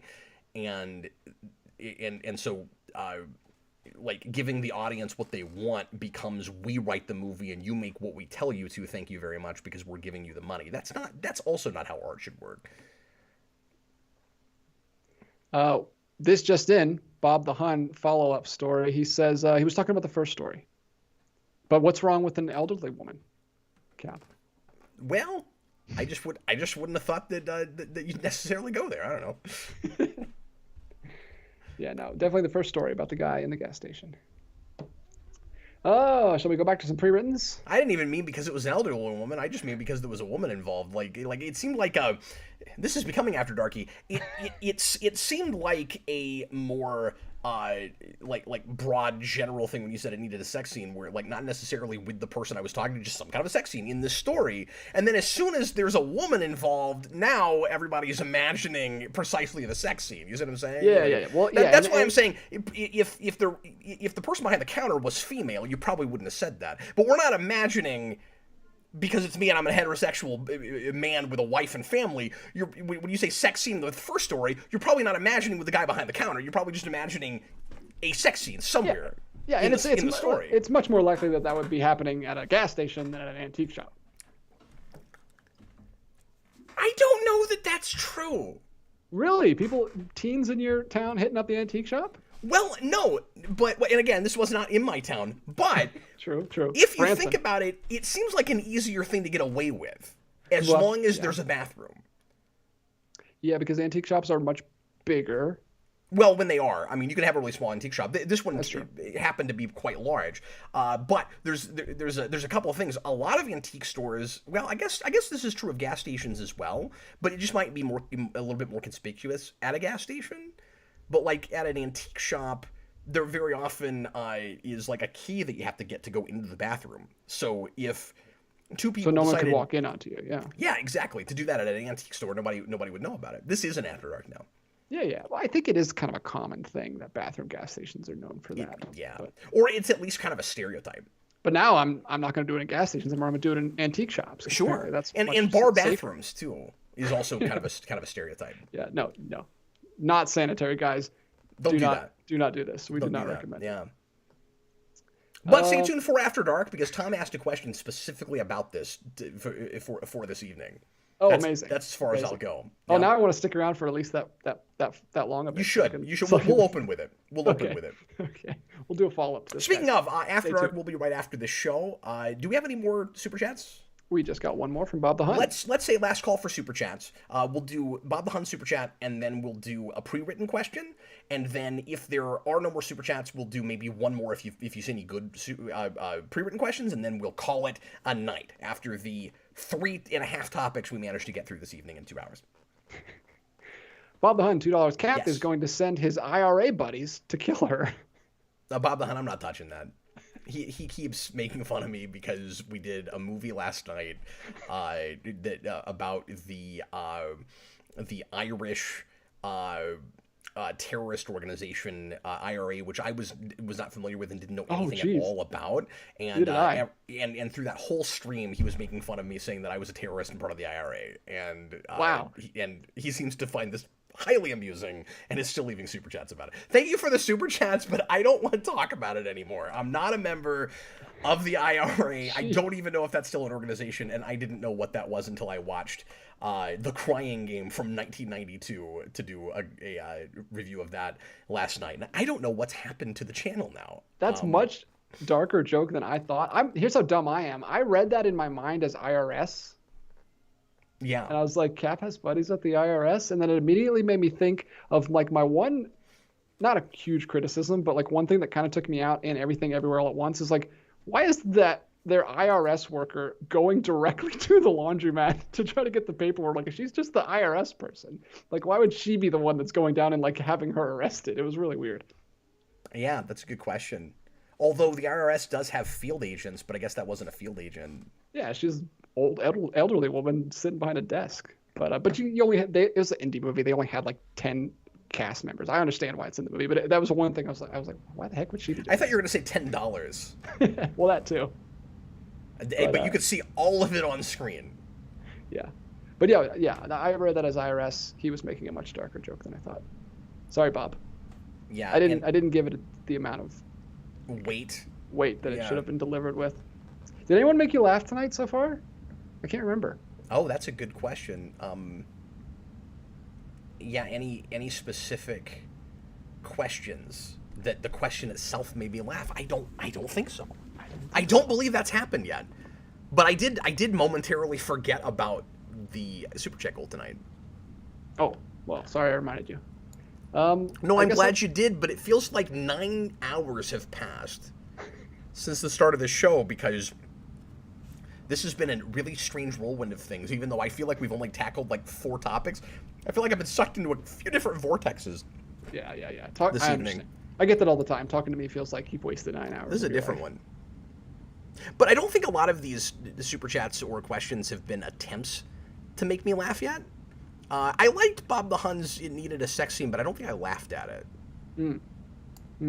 Well, there was just so much confusion about which thing he was referring to. Maybe if that wasn't there. Blue Dragon 5 did call me Pew Pew Fingers in his. Oh yeah, that was pretty good. I think I chuckled at that slightly. No shirts for a chuckle. Sorry. I think I might have chuckled at that. This is not a funny one. This is just a good pre-written question. I really like this one from Utale. What movie makes you feel misrepresented?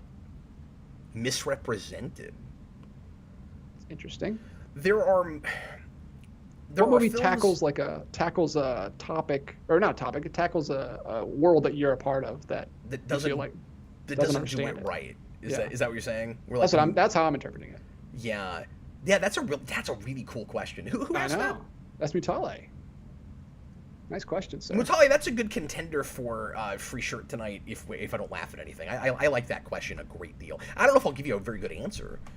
I like the question. I like the question. That's not the job description. We just have to pick your good question. No, we should do a whole show where we don't answer questions. We just tell you if we think it's a good one or not. Like, you ask a question, that is really insightful. So what's the next super chat?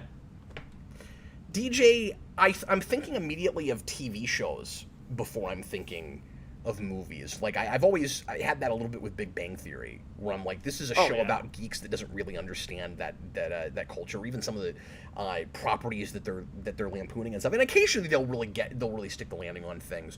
But it's kind of too formulaic and more for people that aren't in that world than those of us that are.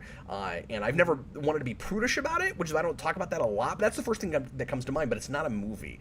Do you have this with anything that's like in your world, DJ, like any graphic design stuff or martial arts stuff? I bet you've got stuff. Yes. I have it a lot with martial arts stuff.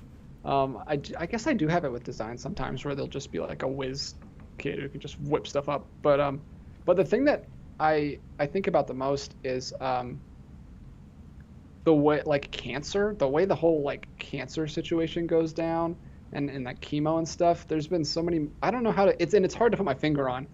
I can give you a good example. If you've seen the film 50-50, has anyone seen the film 50-50? Great movie. Joseph Gordon-Levitt plays a young guy, like around my age when I got it. He gets cancer. He gets cancer. His best friend is Seth Rogen. Really great. Wow. Seth Rogen performance in that movie, and his girlfriend is Bryce Dallas Howard. and it's about a young guy who gets cancer, and that movie was like the perfect representation of what I went through and how it feels. I feel like a lot of movies like romanticize it or like over dramatize. Is that yeah, absolutely. Over dramatize dramatize. Over dramatize it where it's like this big huge, I don't know. That movie just nailed it. Like you're just sitting in a chair for 6 hours getting fluids pumped into your body and you feel like horrible, and it's just I don't know. The tone of that movie and the way he plays it was just perfect. But a lot of movies. Okay, I either misunderstood you or he wrote his question wrong, because he came back and said he actually meant what question most represents us. Oh. Not misrepresents us, which I thought is what you said. Oh, okay. Sorry. Yeah, I guess I did read that wrong. What movie makes you feel represented? Oh, yeah. Sorry. Yeah, maybe that was just my brain taking it to something that I thought was more interesting. Okay, so you did say misrepresented. Okay, I did say that. I apologize for retracting the possible T-shirt there. That's not as interesting of a question. It's still a good question. I may not retract that. I don't know. I'll put you in the running just because I said I would. Man, that's another, like, put me on the spot because I know I'm not going to say the right thing. You know what I mean? Like the perfect, like, what's the movie where you sat in the theater or watched it at home and were like, this really resonates with me? 50-50. I just said it. But I'm saying for myself. Yeah, of course. No, you came up with the thing immediately. I'm very impressed with that, by the way. Good job. Yeah, it's a good movie. It's one of my favorites. Man. Because I've had this with a lot of things where it's on a real personal level, so I might not, like, talk all that much about why certain things spoke to me as an individual real hard. So I'm just trying to think of... That's making it difficult for me to come up with an answer. Man. I hate to be stumped on this, DJ. Yeah. I mean, I could give more. What do you think? Yeah, I mean, feel free. For some reason, you're having an easier time with this than I am. Just right now, my mind is immediately blanking on this. Yeah, I wonder if it's because you watch so many things that you're, like, told to watch and not necessarily seeking out things that you think will resonate with you. I move on a lot. Yeah, for me, movie watching is like taking tests. Like, I look at a thing, I talk about it, I move on. Mm-hmm. And, like, you know, sometimes in the moment things will come back to me, but, like, I'm often just in the headspace of whatever it is I'm looking at. Or I have those go-tos that I talk about all the time. Yeah. But your favorite movies aren't necessarily movies that make you, that feel like they were made for you, but they're like worlds that you like to escape to, right? Sure, but I feel like I have it both ways. Yeah. I'm sure there are some. We're just not thinking of them right now. Yeah. Well, I'm trying to think of different aspects of my life, like things that... Like, have there been any huge father movies for you, like, since you've been a father, that, like, really... Yeah.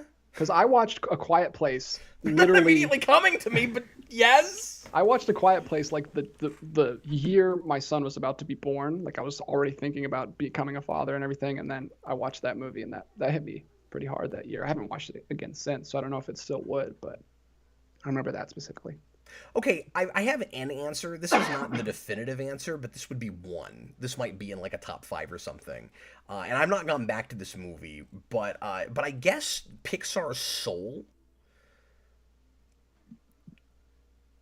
Oh, interesting. That's the one Pixar movie I haven't seen. Because that whole thing is about an artist who, when he's playing jazz music and it's going well, he goes to the out-of-body place and doesn't feel like he's even in his body anymore, and time kind of evaporates, and they make it like a almost physical existential place in that movie, and that's exactly what writing is like to me when it's going well, and like I resonated really hard with that whole thing. That's cool. Yeah, that's perfect. Writers. You felt represented as a writer. OEW says Field of Dreams. I go to Field of Dreams for everything, so I was avoiding it. But I can't really entirely explain why that movie has always resonated with me. I don't think it represents me really in any way, or very much. Because when I was growing up, like, I didn't really I didn't have that kind of relationship with my dad. Like my dad and I always got along. And as an adult, my kids aren't grown up yet. So like I don't quite have that. I think there's just sort of a universal like father and son thing that a lot of men with relationships with their fathers or with sons can kind of appreciate. But that's why that's part of why I hesitate with that, like as far as representation goes. Mm-hmm. I'll say I always have this with like coming of age, not always, but it happens a good bit with coming of age stories. Like The Way Back is one of my favorite movies ever, specifically coming of age stories about a shy kid. And I actually had the opposite when I was younger, because I would always hate these movies because the end of the movie was always, hey, shy kid, you need to like come out of your bubble and like learn to experience the world and stop being shy. And I was like, I don't like that message because I feel like it's wrong. Wow.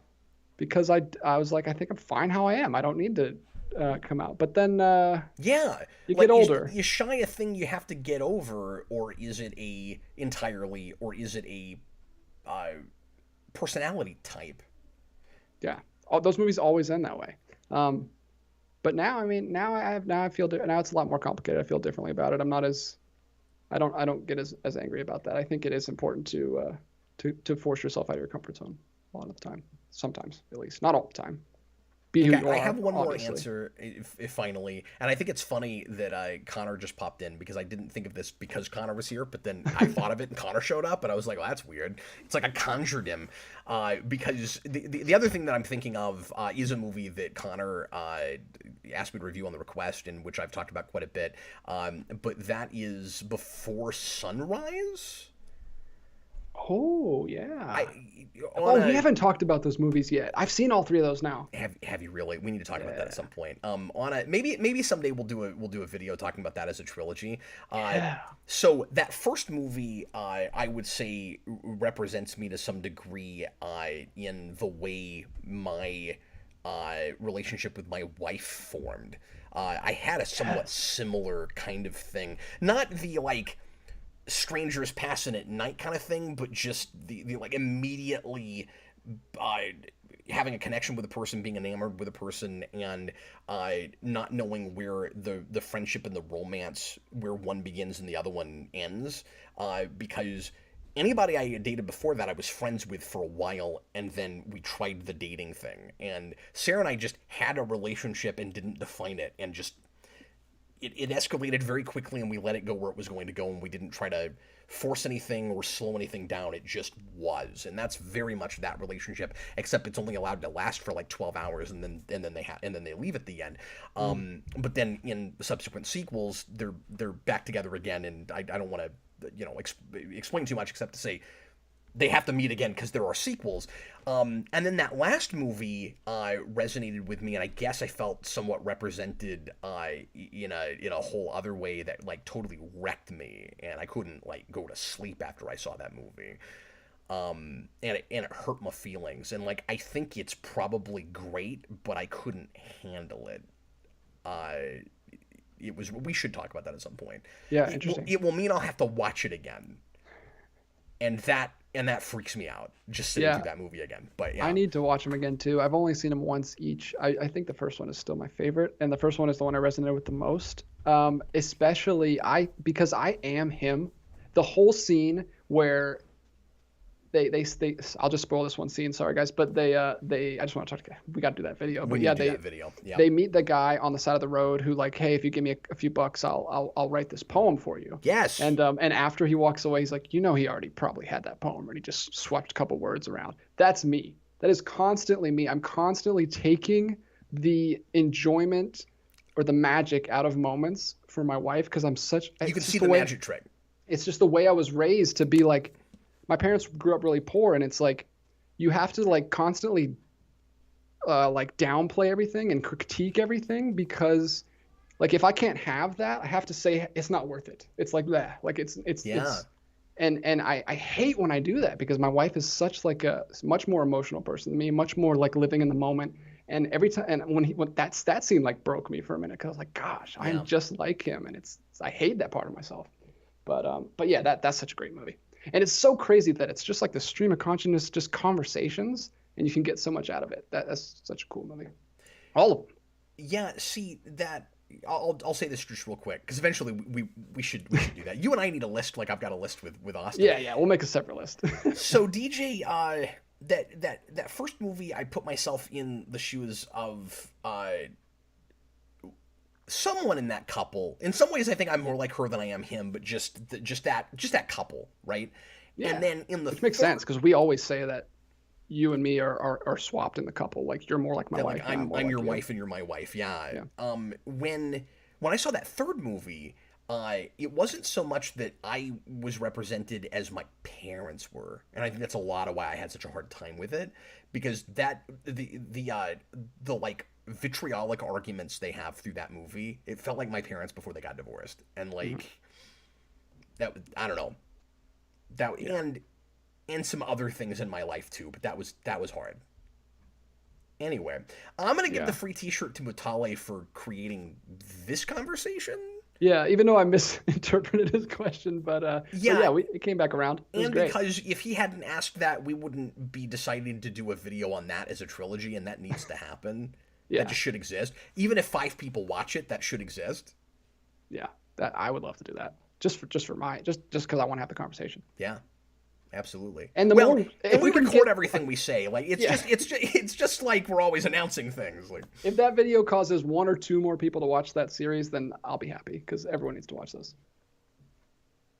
Yeah, Bob the Hutt, I didn't mean to spoil stuff from that movie, but I didn't know how else to mention that. We did get one more. Sorry if I said too much, but again, I mean, they have to get back together, and they fight a little bit. Sorry for spoiling that. That does happen.